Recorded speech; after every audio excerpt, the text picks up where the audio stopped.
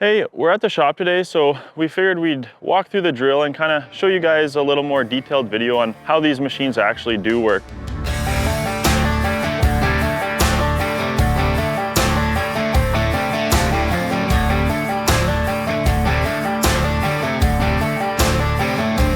This is called the drill head. We got the duckbill on here, so you can see the angle there. So when we're not rotating, we're pushing. So if you got it at this angle here and you push when it's in the ground, it's gonna bring you up. And then if you rotate it downwards and push, it's gonna bring you down, and for all different angles. And then when you wanna just stay at that elevation, you just rotate the drill head and it'll keep it at that percentage. This is called a reamer here. So say you're pulling back a larger diameter pipe that's larger than our duckbill here. We'll disconnect our quick attach drill head and then we'll install this. We put the pipe on here, and when we're pulling back, this creates a larger diameter hole in the ground, so you can pull from 6-inch reamers all the way up to 12s. Here we got our rod wiper. So when you're pulling the rods back after the drill shot, these clean your rods, so then when they go into the basket, they're all clean and not full of mud. Up here we got our rod grease, so every time you connect a new drill rod pipe, you put a little bit of grease on there so it stays lubricated and doesn't get stuck together. And then these are our stake downs.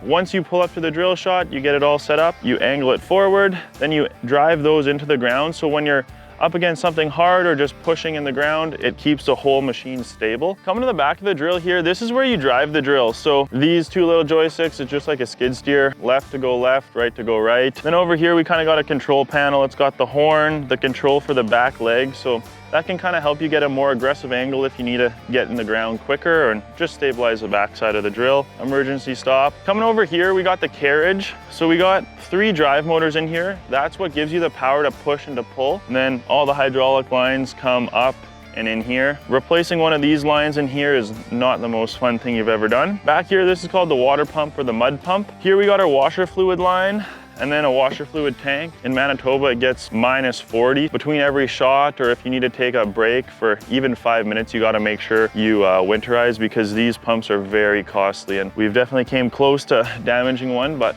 luckily we haven't yet. Here we got our grounding rod. So that's just extra safety precaution. You know, we're always drilling under utilities, over utilities. You stretch this out, you hammer it in the ground, and then if your drill head does make contact, it's got the whole machine grounded. Coming over here, these slide in here. If you need to remove the rod box, it just keeps the rods from dropping out the bottom. Another awesome feature about these drills is you can actually take the rod box off if it's empty and then add a full one. These are a smaller drill, so normally we are not adding a full extra 40 rods. We'll hand bomb 15 on there or something like that. Moving up here, we got our row selector. So that yellow lever helps you choose which row you're selecting from. That's how this works. It just moves up and down and then hits up against the loading arm when it goes in and out. So this is where the drill operator sits. He wears a headset so he can talk to the locator, and also it just helps protect his ears from the noise of the drill continuously running throughout the day. And so he's pulling these levers, pushing rods, pulling rods, rotating. And then while he's doing that, he's also looking at this screen, and that's showing him what angle his drill bit's at. So the locator will tell him, okay, push 12. He'll get the drill set up to be ready to push 12, and then he'll watch his screen, and then they can continuously talk. When we first started drilling, we didn't have these headsets, and then we quickly realized that having a ear protection and a quick way to communicate with the locator is definitely a huge benefit. These are called the vices or the jaws. They are what disconnect each drill rod. When you're drilling out, you push the carriage forward until it gets into here, and then that breaks apart the connection. You back up your carriage, you add another 10-foot section of rod, you thread that in there, you thread it in the back end, you open up your jaws, then you continue to drill out. And then this little marker here is what indicates where you're at. So when you're pushing forward, it tells you where to stop at each break point of the rod. Here's our greaser tip.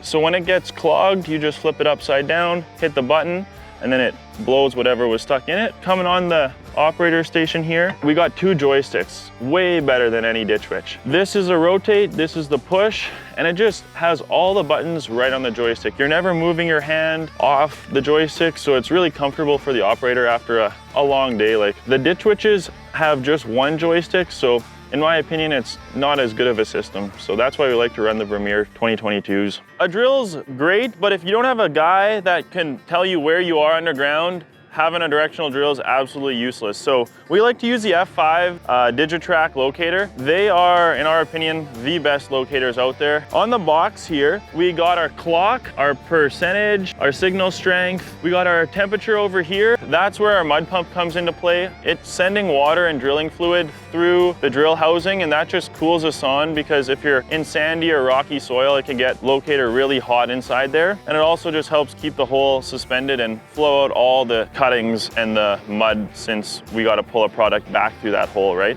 That's all she wrote.